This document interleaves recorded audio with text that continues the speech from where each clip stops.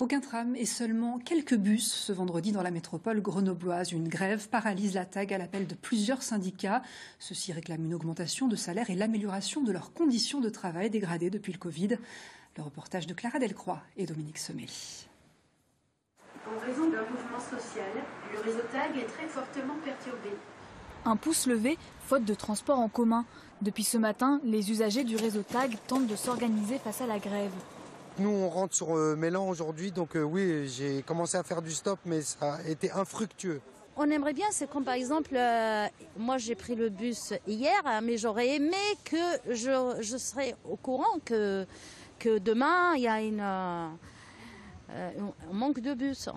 Conducteurs, agences commerciales, agents de maîtrise, le mouvement touche tous les services. D'après la direction, 72% du personnel suit la grève ce vendredi.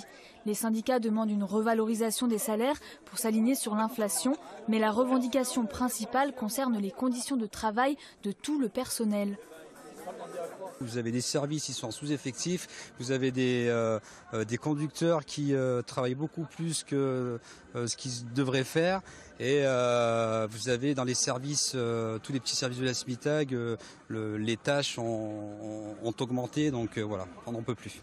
Je suis allé les soutenir ce matin parce que les collègues, les conditions de salaire, les conditions de travail, elles sont très dures, et les dirigeants, ils se renvoient la balle entre le SMAG et la direction.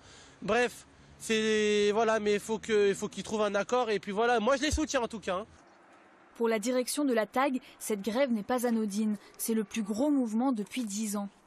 Sur la partie salariale, malheureusement, on ne peut pas accéder à leurs demandes parce que vous savez que la crise Covid a complètement chamboulé l'économie de la CEMITAG et maintenant de MTAG, et a même mis en difficulté les économies de nos collectivités, de telle sorte qu'on a un déficit d'exploitation qui est de 8,5 millions sur 2020, et on devrait finir l'année à autour de -1,5 million.